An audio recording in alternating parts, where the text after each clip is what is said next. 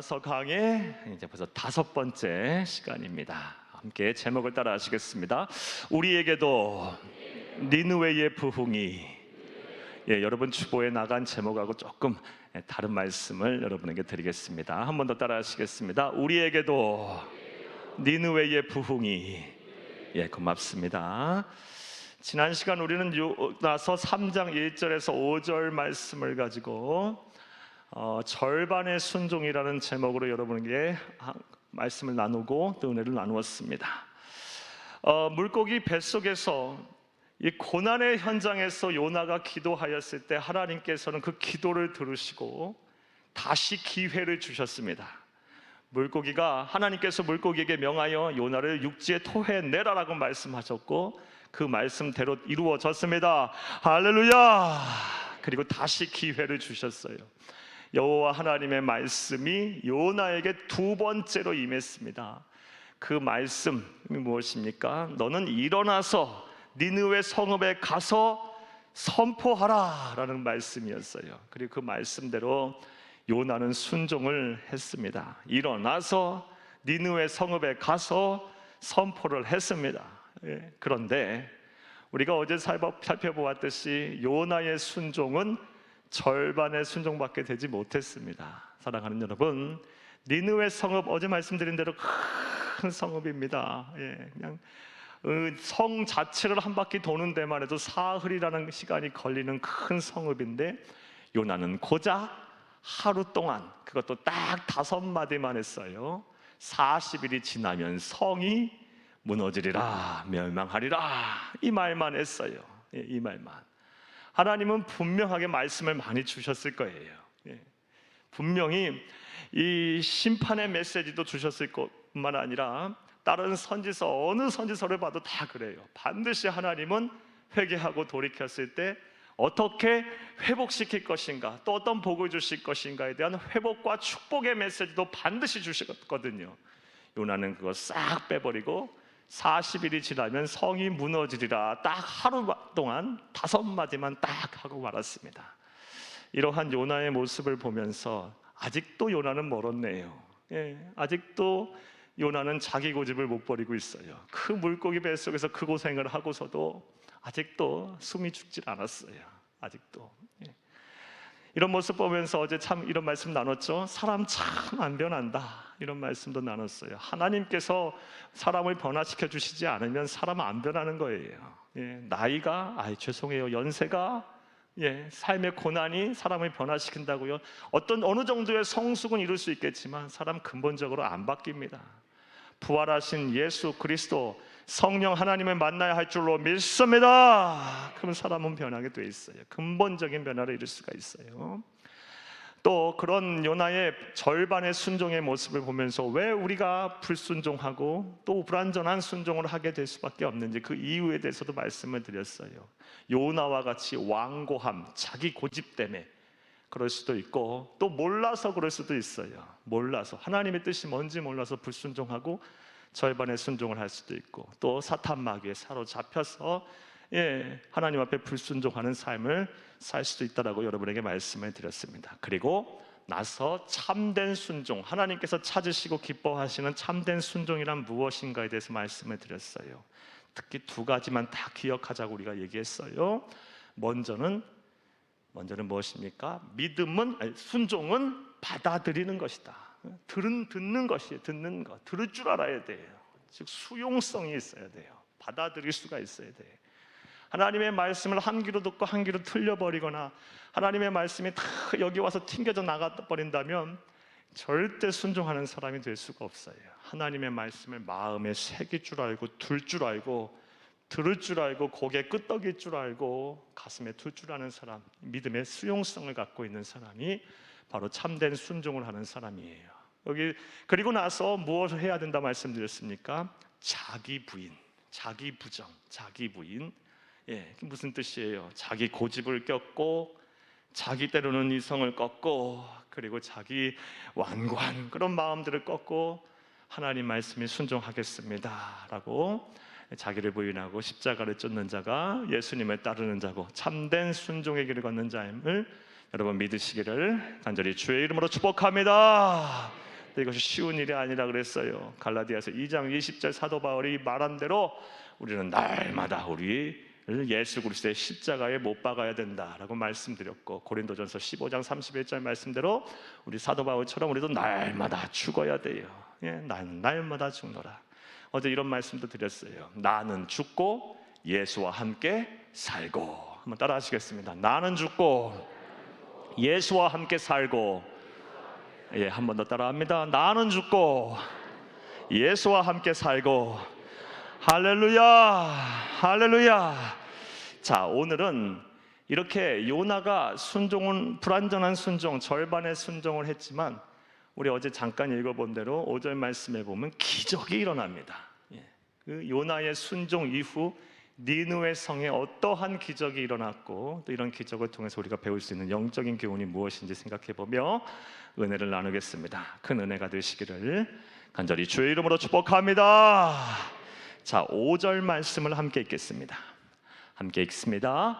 니느웨 사람들이 하나님을 믿고 금식을 선포하고 높고 낮은 자를 막론하고 굵은 베옷을 입은지라. 아멘. 사랑하는 여러분, 가만히 떠보세요. 요나는 하루 동안, 겨우 하루 동안 성 한 바퀴 이렇게 도는 데만 해도 사흘이라는 시간이 걸리는 큰 성인데, 고작 하루 동안 딱 5마디 했어요. 40일이 지나면 성이 무너지리라. 그리고 그 몰골은 아주 참담했을 거 아니겠습니까? 물고기 뱃속에 있다 나왔으니. 그리고 그 속에서 얼마나 극심한 스트레스를 받았어요. 물론 그곳에서 인격적으로 하나님도 만났지만 그 쉬운 일이 아니네. 사람이 육체적인 정신적인 충격이 엄청났을 거예요. 그 몰골이 말도 아니었을 거예요. 그런 어찌 보면 정신 나간 자라고 볼 수 있는 그 사람이 이 시장 한복판에서 사람 많이 모이는 곳에서 하루 동안 딱 외쳤겠죠. 어떤 성경 신학자가 하루 동안 요나가 이 5마디를 몇 번이나 하였을까 연구한 그런 글도 읽어봤어요. 설교 준비하면서. 예, 5마디를 하루 동안 이 요나가 하루 동안 몇 번이나 외쳤을까 계산을 이렇게 그 사람 나름대로 계산해봤더니 약 600번 정도 할 수 있겠다라고 계산을 했다고 했어요. 600번 정도 했다고 가정합시다. 예, 성이 40일이 지나면 성이 무너지리라. 40일이 지나면 성이 무너지리라. 40일이 지나면 성이 무너지리라. 저 벌써 오늘 이 40일이 지나면 성이 무너지리라 한 얘기 한 10번을 한 것 같아요. 벌써. 600번은 많은 수가 아닐 겁니다. 그런데 기적이 일어납니다. 니느웨 사람들이 하나님을 믿고, 이방인이잖아요. 그리고 하나님을 모르는 사람들이에요. 하나님을 믿고 금식을 선포하고 높고 낮은 자를 막론하고 굵은 베옷을 입으니라. 굵은 베옷을 입었다는 얘기 뭐예요? 자기가 통회하고 자복하고 죄인임을 고백하고 회개할 때 하는 행위 아니겠습니까? 겨우 하루 동안 5마디 딱 했는데, 한 600번 정도 했는데 기적이 일어났어요. 사랑하는 여러분, 이러한 니느웨의 기적, 니느웨의 회개, 니느웨의 부흥을 보면서 우리는 어떠한 영적인 교훈을 우리가 배울 수가 있을까요? 사랑하는 여러분, 먼저 하나님은 세상을 구원하시기 위해 항상 준비하고 계신다는 사실을 우리는 알 수 있습니다. 사랑하는 여러분, 따라해 보겠습니다. 하나님은 세상을 구원하시기 위해 항상 준비하고 계신다. 하나님이 이미 준비를 다 해놓고 기다리고 있다가 요나가 딱 나타나서 하루 동안 5마디 40일이 지나면 성이 무너지리라 라는 이 말하고 나니까 이 사람들에게 뒤집어졌다는 겁니다. 그러면 하나님은 어떤 준비를 하고 계셨을까요? 니느웨 성읍에. 예, 이에 대해서 뭐 정확히 알 수는 없지만 많은 성서신학자들이 다음과 같은 아주 흥미로운 이야기들을 합니다. 사랑하는 여러분, 지금부터 2800년 전의 이야기입니다. 2800년 전에 저 고대 근동은 거의 모든 나라들은 다 범신론, 그러니까 everything is God, 그러니까 모든 사물에 다 신이 있다라는 얘기죠. 그러니까 다신론 국가였어요. 예, 모든 신. 여기에도 마이크에도 신이 있고, 이 손수건에도 신이 있고, 신이 될 수 있고, 이 받침대도 신이 될 수 있고, 이 컵에도 신이 될 수 있고, 예, 저도 신이 될 수 있고, 여러분도 신이 될 수 있게 범신론이에요. 예, 이게 다신론 국가죠. 그런데 아시리아는 유일하게 유일신 국가였다고 합니다. 마치 이스라엘처럼 마르둑 이라는 교를 섬겼던 유일신 국가였다라는 거예요. 그러니까 요나가 나타나서 하나님께서 이 성읍을 멸하실 거라는 그 사실을 선포하자 하나님에 대한 이해가 다른 나라, 다른 국가와는 달리 바로 됐다라는 거예요. 여러분, 이 범신론, 다신론에 빠져 있는 사람 예수 믿기 정말 힘듭니다. 왜냐하면 그렇다고 예수를 거부하지 않아요. 예수도 한 신의 일종이니까 다 받아들이긴 하지만 믿음을 갖지를 못해요. 대표적인 나라가 어디입니까? 일본. 토속 10만 800만 명 있잖아. 800만 개가. 그러니까 예수를 거부하지는 않아요. 다 예수를 받아들여요. 그 또한 신의 일부니까. 하지만 예수만이 유일한 군이고 예수만이 유일한 생명이고 예수만이 참된 길임을 인정하지 않죠. 안 돼요. 그러니까 기독교 이 1.4%가 못 넘잖아요. 복음화율이 아무리 발버둥 쳐도 안 돼. 그런데 아시리아는 그런 토대가 탁 잡혀 있었다는 겁니다. 하나님께서 준비하고 계셨다는 거예요. 또 성서신학자들이 어떠한 하나님의 준비를 이야기하냐? 이 성경, 이 당시 그 고대 근동의 기록에 의하면 아시리아 고대 문헌들을 이렇게 보게 되면 그때 아주 큰 일식이 일어났다고 합니다. 일식. 오늘날 일식은 어떻게 일어납니까? 일식은 어떤 현상입니까? 달이 해를 가리는 현상이에요. 아무것도 아니에요. 주기적으로 일어나는 현상이에요. 그런데 이런 지구과학적인 과학적인 지식이 전무했던 사람들은 갑자기 해가 빛을 잃어요. 이거 큰 재난의 징조죠. 불안에 떨었을 거예요. 큰 갑자기 일식이 생겼으니 그때 요나가 다 하나님의 말씀을 두 번째 기회를 붙잡고 나와서 40일이 지나면 성이 무너지리라 5마디 하니까 그 사람들이 벌벌 두려워 떨었다는 거예요. 하나님이 이런 준비를 했다라고 합니다. 이게 성서신학자들이 해석하는 거예요. 저도 동의해요. 그럴 거라고 봅니다. 아니면 그 다른 무엇이라도 하나님은 준비하고 계셨을 거예요. 이렇게 하나님은 세상을 구원하시기 위해서 항상 준비를 하고 계세요.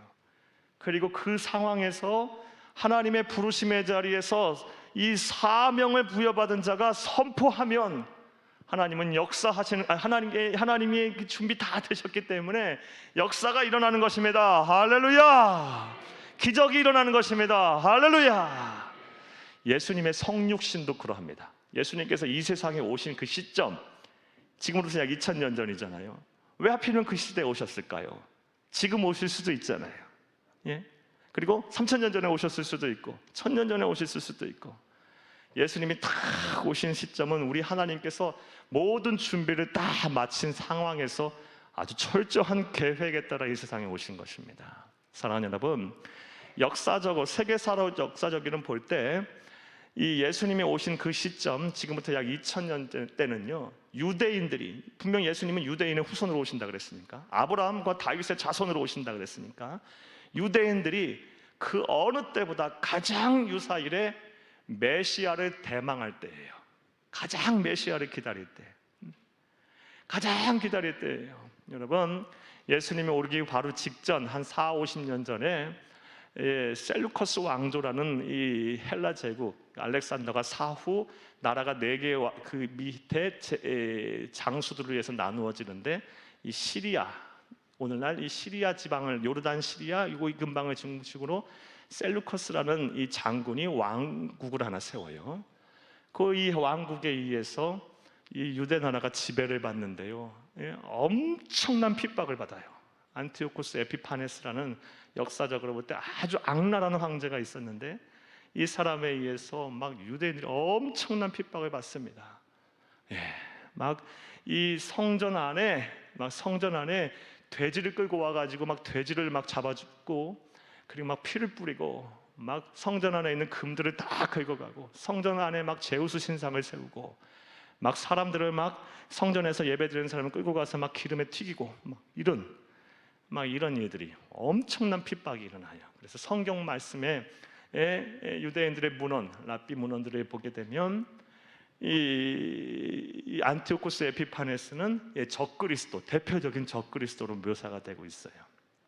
사랑하는 여러분, 자, 그러다 보니까 이 가장 유대인들이 메시아가 오실 것이다라는 이 구약 성경의 그 많은 예언서들을 붙잡고 주여 어서 오시옵소서, 주여 어서 오시옵소서 기다리고 있을 때예요. 그럴 때 우리 예수님께서 딱 오신 겁니다. 또 이 예수님께서 오신 시점은 하나님이 완벽한 구원의 준비를 하고 계셨어요. 여러분, 예수님 오시기 300년 전에 알렉산더 대왕이 이 헬라 제국을 세웁니다.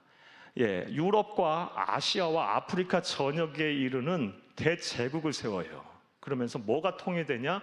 언어가 통일이 됩니다. 헬라어로, 예수님 오실 시점에. 그러다 보니까 예수님이 딱 오시고 나서 그 다음에 예수님 부활하고 승천하시고 성령께서 오셔서 그 다음부터 막 복음이 전파되는데, 예루살렘과 온 유대와 사마리아 땅끝까지 이르는 복음을 전하는 데서 말이 통일이 되어 있으니까 복음이 삽시간에 퍼지게 돼요. 하나님이 철저하게 준비를 딱 해놓으신 거예요. 언어를 통일시켜 놔요. 또 뭐가 하나님의 준비하셨냐? 세계적인 역사로, 이건 제가 말씀드린 다 선교사학적으로 증명이 된 얘기예요. 선교학적으로. 여러분, 로마 제국이 예수님 오실 때 딱 이 제국이 틀에 잡히면서 로마는 뭘 잘해놨냐? 어딜 가나 길을 잘 닦아놨어요. 로마가 항상 이 제국이 어디 가서 정복전쟁에서 승리한 이유는 그들은 병참으로 이긴다 그러거든요.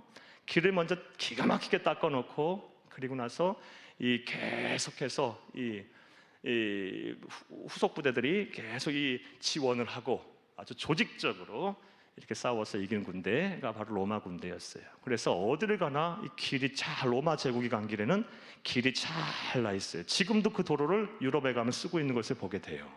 2000년이 넘었는데, 사랑하는 여러분, 그 길을 따라 사도 바울과 같은 사도들이 걸어 다니면서 통일된 언어, 헬라어라는, 여태까지 그런 적이 없었어요. 헬라어라는 통일된 언어로 예수 그리스도가 이 세상에 오신 구세주임을 전했음을 여러분 믿으시기를 간절히 주의 이름으로 축복합니다. 하나님께서 완벽하게 세상을 구원하시기 준비하시고 나서 우리 주님도 오신 거예요. 여러분, 이처럼 하나님은 세상을 구원하시기 위해서 준비를 다 해놓으십니다. 자, 지금까지는 아주 세계사의 원대한 흐름 속에서의 구속사에 대해서 말씀을 드렸어요. 그런데 이것은 우리 개개인에게도 그대로 적용이 됩니다. 여러분, 우리가 입을 열어서 복음을 전하잖아요. 부르심의 자리에서 순종을 하게 되면 하나님은 어떻게 하십니까? 이미 준비 다 하셔서 예비된 영혼들을 다 보내주시고 붙여주세요. 하나님의 기적이 나타납니다. 할렐루야! 그래서 우리는 입을 열어서 복음을 전해야 돼요. 저는 저뿐만이 아니라 여러분이 다 경험했을 거예요. 엄청 많이 경험했을 거예요. 저도 그런 경험 정말 많아요. 아니, 거의 매일 해요. 어디를 가든 예수 믿으세요? 그 교회 다니세요? 별 얘기도 안 해요. 교회 다니시나요? 예수 믿으시나요? 뭐 식당에 가든 뭐 어디를 가든 저는 항상 물어봐요. 그러면요, 10명 중에 6명이 응답을 해요. 교회 가고 싶은데 어떻게 가야 하죠? 예수 믿고 싶은데 어떻게 가야? 요즘요, 요즘 10명 중에 몇 명? 6명이 응답을 한다니까요, 여러분. 우리가 안 해서 그렇죠. 하나님은 다 준비하고 계세요. 여러분, 정말이에요. 10명 중 10명 중에 6명이 응답을 한다니까요. 가까운 교회라도 이렇게 가게 하시던지, 아니면 우리 교회 오실 수 있으면 오시는 거고, 예수를 믿게 그 자리에서 영접기도도 한 적도 참 많아요, 여러분. 응답하신다니까요. 하나님은 다 준비를 하고 계세요. 구원을 위해서, 인류 구원이 우리 하나님의 소원인데 이 소원을 위해서 우리를 쓰시려고 철저하게 다 준비하고 계신 것임을 믿으시기를 간절히 주의 이름으로 축복합니다. 그래놓고 우리에게 하나님께서 말씀하신 겁니다. 디모데후서 4장 2절 말씀에 너희는 때를 얻든지 못 얻든지 복음을 전하라고 말씀하셨어요. 고린도전서 1장 21절 말씀에 보면요, 하나님께서는 이 전도라는 아주 미련한 것으로 사람을 구원한다고 말씀하셨어요. 아주 사람들이 볼 땐 미련한 거예요. 우리가 생각해봐도 좀 미련할 수 있어요. 하지만 이게 사람이 하나님께서 사람을 구원하는 방법이라고 하나님 말씀하고 계십니다. 전도가 뭡니까? 내가 입을 열어서 복음을 전하는 거예요. 예수를 믿어야 구원을 받는다라는 이 아주 간단 명료한 진리인 이 예수만이 참된 길, 예수만이 유일한 길, 예수만이 참된 소망 구원에 이르는 길이라는 거, 이 사실을 전하는 거예요. 전하면 하나님께서는 누군가를 위해서는 모든 준비를 다 해놓고 하나님께서 우리가 입을 열기만을 기다리시고 계십니다. 사랑하는 여러분, 그것이 누구인가 간에 우리에게 중요한 문제는 아니에요. 우리는 우리가 사명 감당하면 되는 거고, 하나님께서는 준비된 영혼을 반드시 회심시켜서 예수를 믿게 하실 것입니다. 할렐루야. 예, 요나가 그런 경우, 요나를 통해서 우리는 그걸 볼 수 있는 거예요. 하나님이 세상을 구원하시기 위해서 준비하신다는 거. 요나 고작 하루 동안 딱 5마디 해놓고 있었지만 이미 사람들에게는 마음의 밭이 다 준비가 되어 있는 거예요. 예, 다 준비되어 있는 거예요. 요나는 몰랐어요. 몰랐겠죠. 물고기 뱃속에다 나왔는데.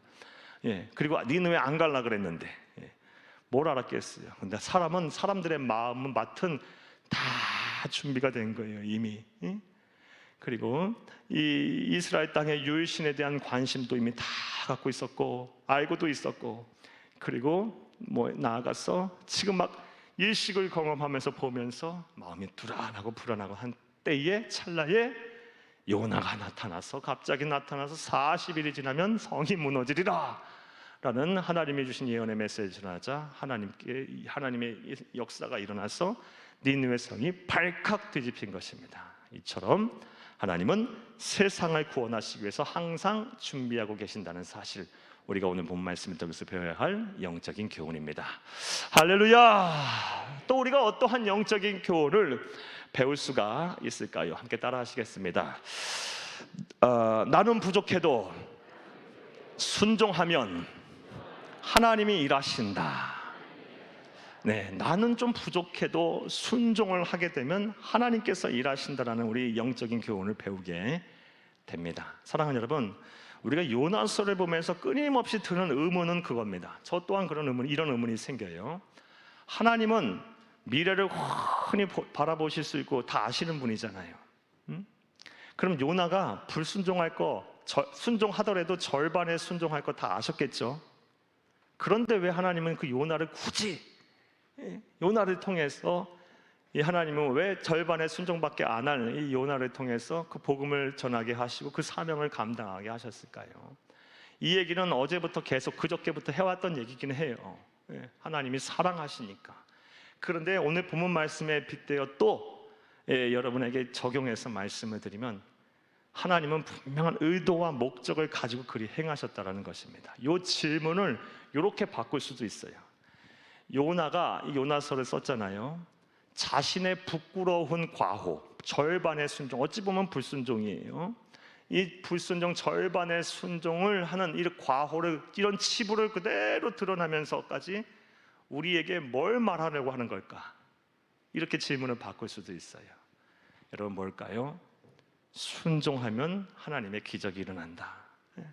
심지어 나같이 요나 입장에서 나같이 순종하는 흉내만 내도 하나님은 일하신다.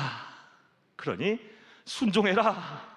요나가 그걸 말씀하시려고 하는 거고, 말하려고 자신의 과오까지 드러내면서 이런 말씀을 기록한 것이고, 또 하나님도 마찬가지예요. 하나님도 요나가 불순종할 거, 이 절반의 순종밖에 안 할 거 뻔히 알면서도 그렇게 한 것은, 그런 순종이라 할지라도 내가 순종을 보이게 되면 내가 일하겠다, 이 사실을 우리에게 깨닫게 하시려고 하나님께서 그리하신 것임을 믿으시기를 간절히 주의 이름으로 축복합니다. 순종이에요, 여러분.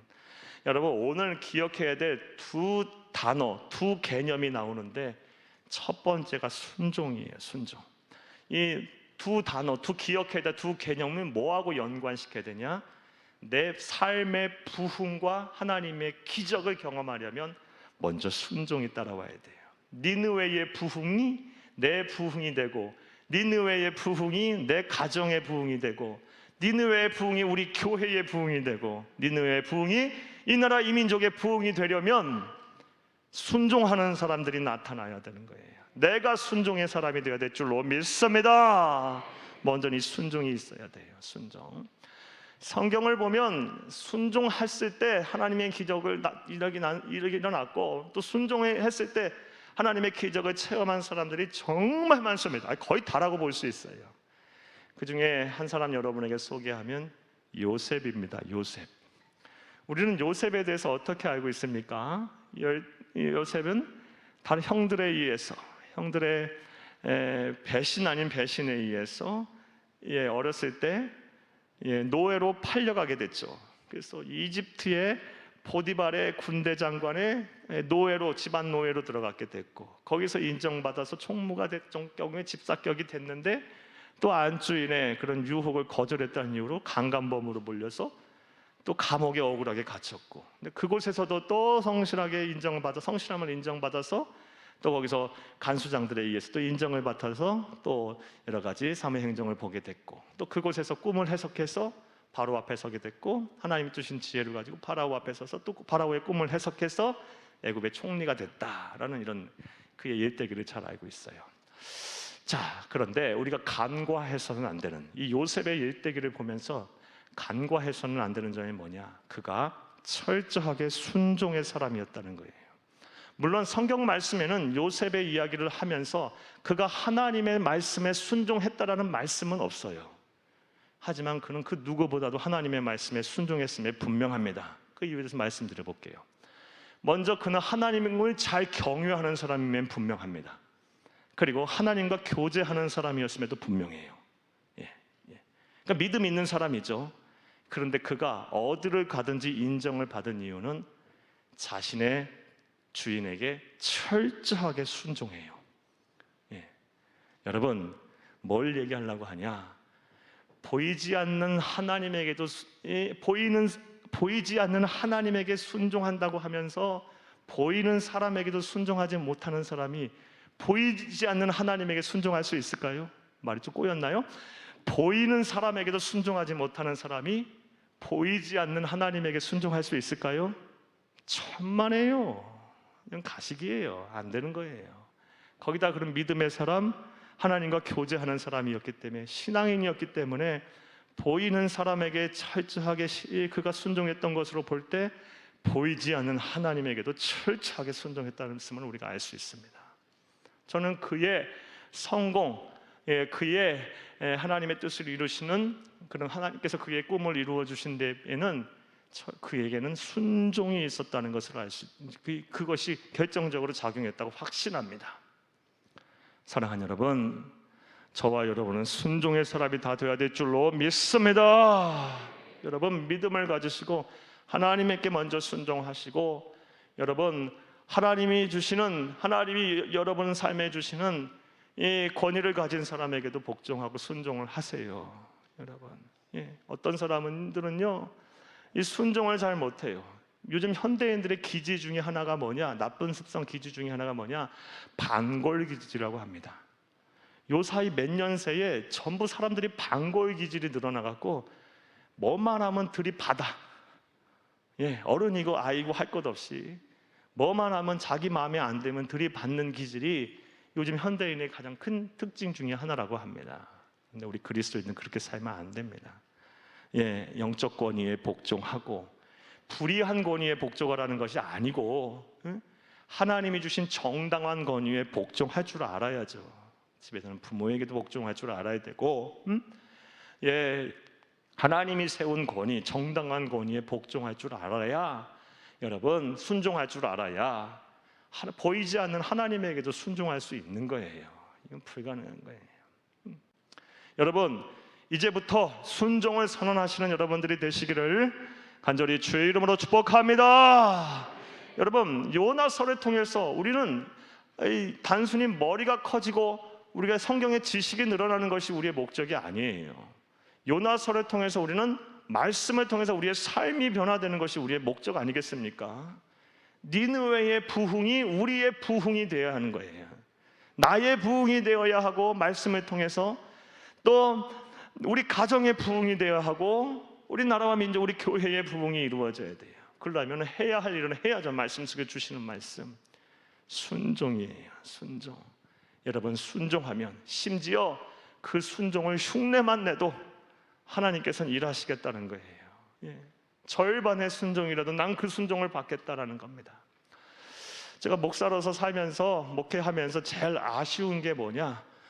이 불순종하는 성도님들, 그리고 순종하시더라도 절반의 순종, 그 이하도 못하시는 분들이 참 많을 때예요. 저는 그런 생각들을 참 많이 해요. 우리 성도님들이, 죄송합니다, 내가 오해했을 수도 있지만 너무 복잡하게 생각을 하고들 사세요. 좀 단순해지셨으면 좋겠어요. 신앙생활은 좀 단순하게 해야 되거든요. 예. 근데 뭐만 이렇게 맡기고 하면 벌써 한 열 몇 가지가 쫙 나와요. 못하는 이유가. 예. 근데 그렇게 우리가 복잡하게 안 살거든요, 솔직히 말해서. 예. 그리고 그렇게 못하지도 못해, 할 수도 없는 것도 아니에요, 상황이. 단순하게 좀 생각하면 아무것도 아니라고 생각이 돼요.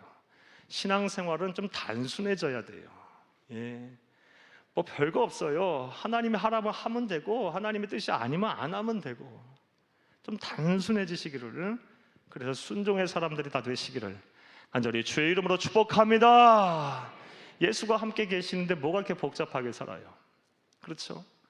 천하 우주 만물을 창조하신 창조주 하나님이 계시는데 뭐가 그렇게 삶이 복잡합니까? 뭐가 그렇게 복잡해요? 단순해질 수 있어요. 자꾸 우리는 단순해져야 돼. 이게 믿음 있는 사람은 단순해지거든요. 예. 저와 여러분이 이렇게 순종의 사람이 되어야 될 줄로 믿습니다.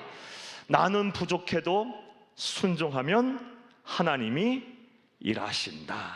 이게 바로 오늘 요나의 이 절반의 순종을 통해서 니느웨가 뒤집히는 기적을 통해서 우리가 배워야 할 두 번째 교훈입니다. 첫 번째 교훈은 무엇입니까? 정리해 봅시다.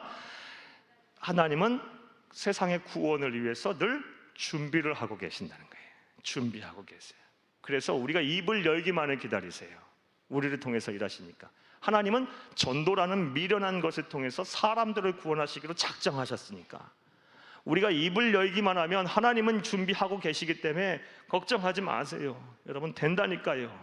돼요. 요즘 같은 세상 무슨 교회냐? 아니요. 요즘 같은 세상이니까 더 하다니까요. 네, 더 응답할 거예요. 저는 확신합니다.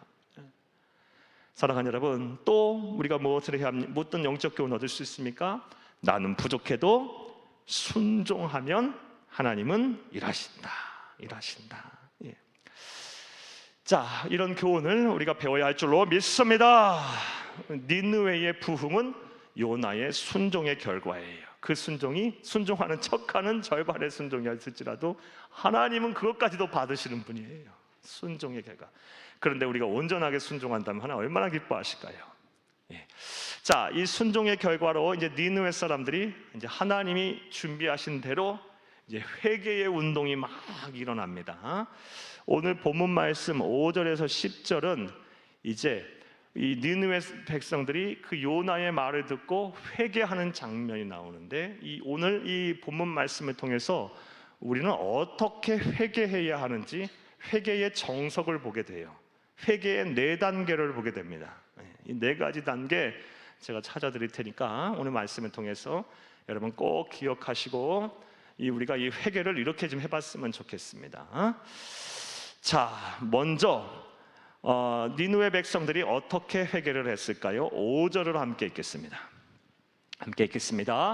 니느웨 사람들이 하나님을 믿고 금식을 선포하고 높고 낮은 자를 막론하고 굵은 배를 입은지라. 그러니까 모든 사람들이 각각 누군 빈부귀천을 가리지 않고 남녀노소를 가리지 않고 다 굵은 배옷을 입었다. 이게 뭘 얘기할까요? 내 탓이다. 예. 다른 사람의 탓이 아니다. 그러면 다른 사람의 탓이라고 하면은 높고 낮은 자를 막론하는 거 아니고 낮은 자들만 입던지 높은 자들만 입던지 주인만 입던지 남자만 입던지 어디 왕들만 입던지 이렇게 해야죠. 아니, 높고 낮은 자를 다 막론하고 굵은 배옷을 입었다. 예, 여러분, 니느웨 백성들의 회개를 통해서 우리는 회개의 정석을 보게 되는데, 먼저 회개는요, 첫 번째로 내 탓임을 인정할 줄 알아야 됩니다. 다른 사람의 탓이 아닌 내 탓입니다. 여러분 따라해 보겠습니다. 내 탓입니다. 한 번 더 따라합니다. 내 탓입니다. 네, 우리 가정이 불순종하는 가정이 된 것도 주님 내 탓입니다. 예. 우리의 나라와 민족이 혼란스럽고 어려움 가운데 있는 것도 우리 교회 내 탓입니다. 내 탓입니다. 이 사회가 더 정의롭고 바른 사회가 될 텐데 그렇지 못한 것도 내 탓입니다. 내 탓입니다. 하나님이요, 우리가 이 모든 것이 하나님의 은혜 가운데 잘 이루어진 것도 정말 하나님께서 함께 하셨을지 망정이지 내 탓이야. 모든 죄로 패역하고 음란하고 죄로 가득한 것은 내 탓입니다. 내 탓입니다.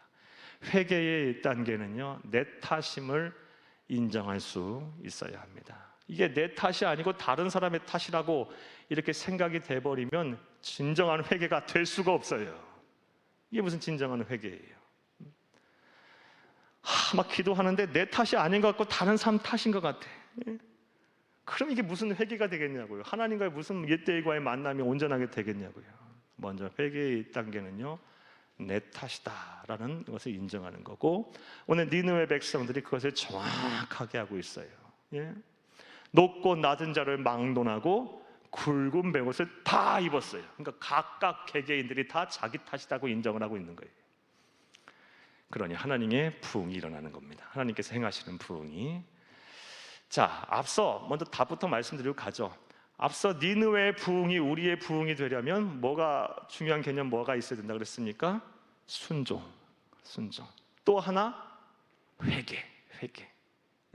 순종과 회개가 오늘 우리 본문 말씀을 통해 우리가 배워야 할 중요한 개념이자 중요한 하나님의 음성입니다. 이 두 가지를 우리가 우리 것으로 삼으면 니느웨의 부흥이 우리의 부흥이 될 줄로 믿습니다.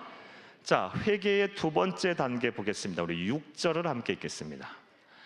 그 일이 니느웨 왕에게 들림에 왕이 보좌에서 일어나 왕복을 벗고 굵은 베옷을 입고 제 위에 앉으니라. 아멘. 사랑하는 여러분, 왕까지도 뭐 하게 됩니까? 어디에서 내려왔습니까? 보좌에서 내려와서 왕복을 벗고 굵은 베옷을 입었어요. 왕도.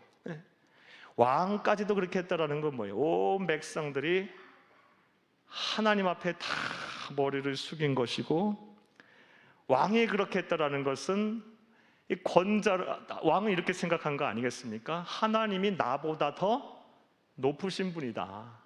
하나님이 나보다 더 큰 왕이시다라는 것을 인정한 거 아니겠습니까? 이런 하나님 앞에 겸손함이 필요해요. 회개는 먼저 내 탓임을 인정하고 그 다음에 하나님 앞에 겸손해져야 돼요.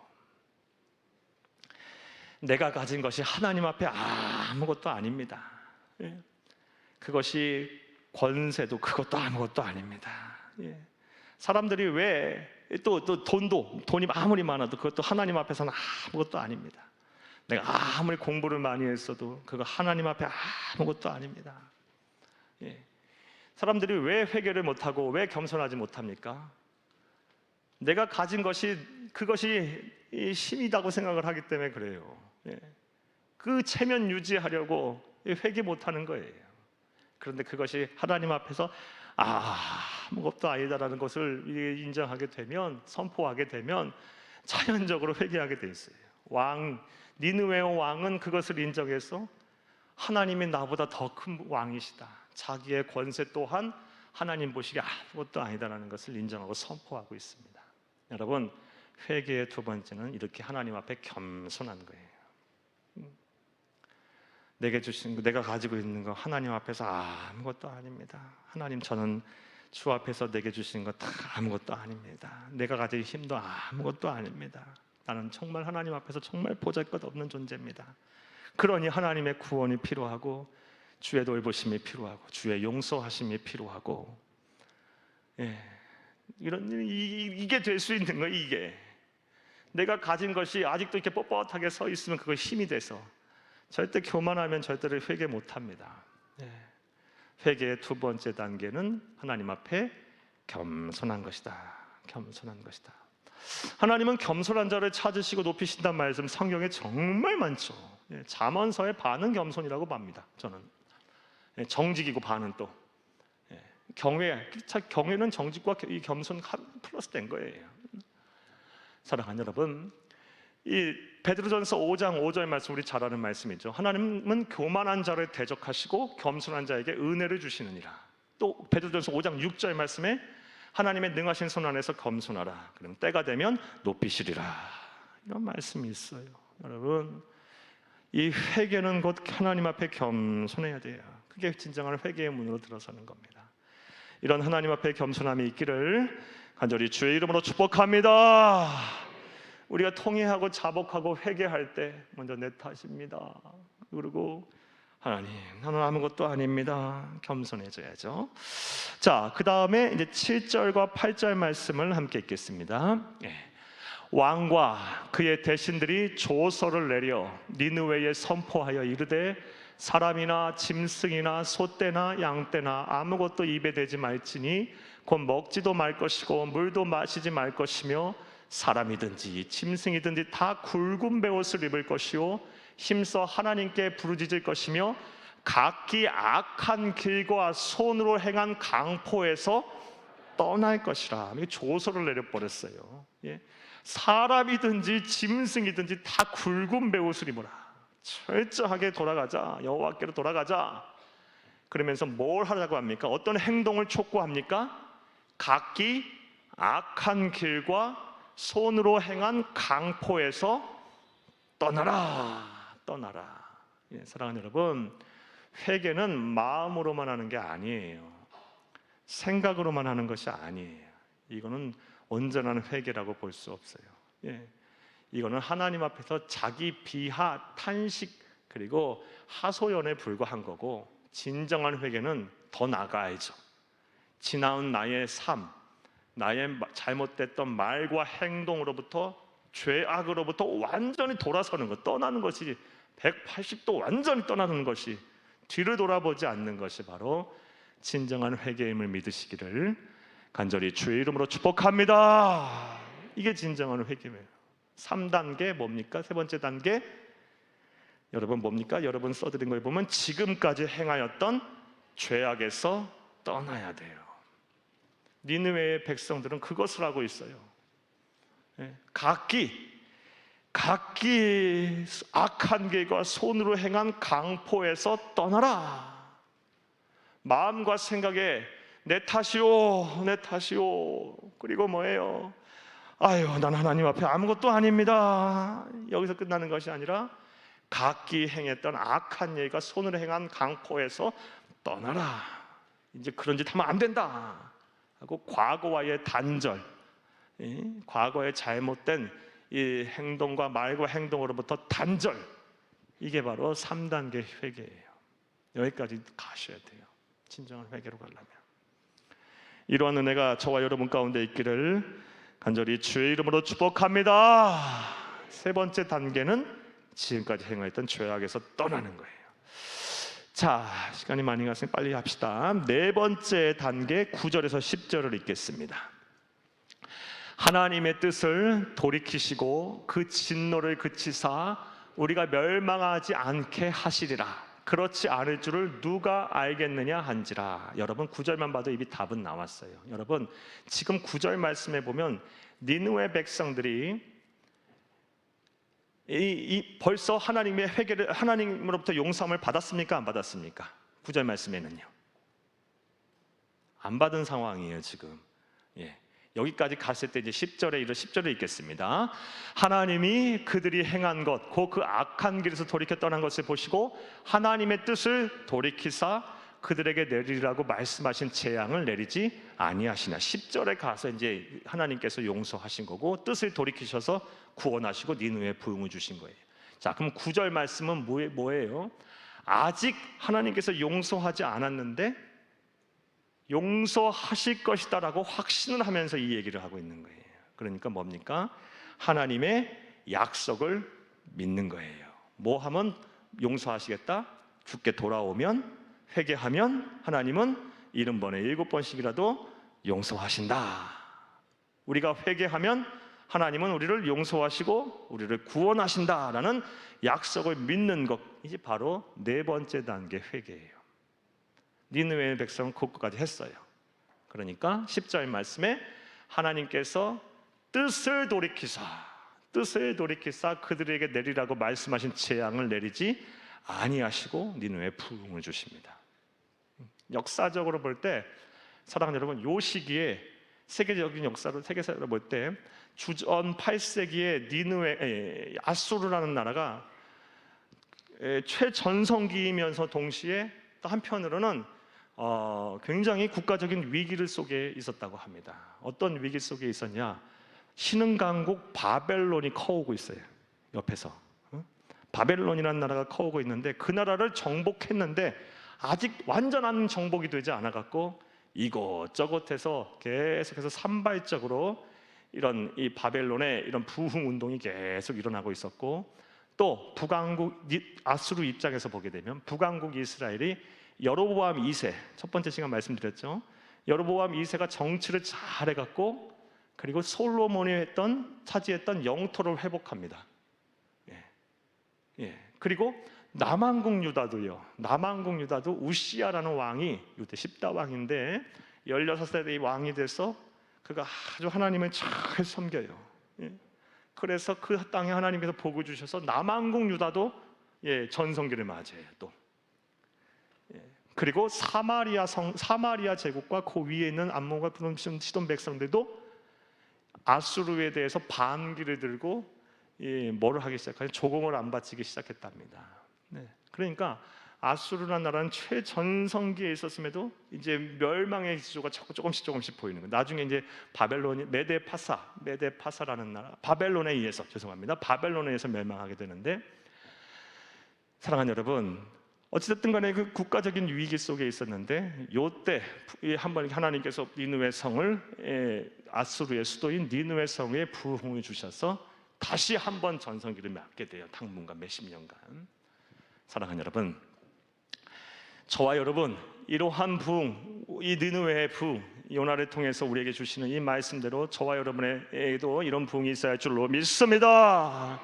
왜 부흥을 위하면 두 가지가 있어야 돼요. 먼저는 순종, 그리고 또 하나 회개.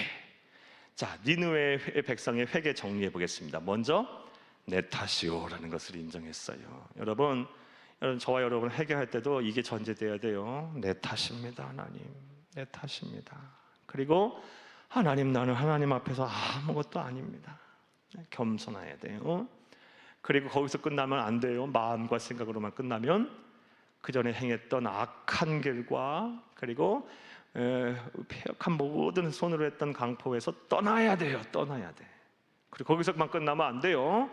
떠나고 나서 하나님께서 나를 용서하신다, 내가 회개하면 나를 버리지 아니하시고 나를 반드시 구원해 주신다는 약속을 확신하는 믿음까지 가지시기를 간절히 주의 이름으로 축복합니다. 축복합니다. 그러면 하나님께서 부흥하시는 거예요. 부흥을 주시고 뜻을 돌이키셔서 심판하시다 할지라도 멸망시키지 않으시는 것입니다.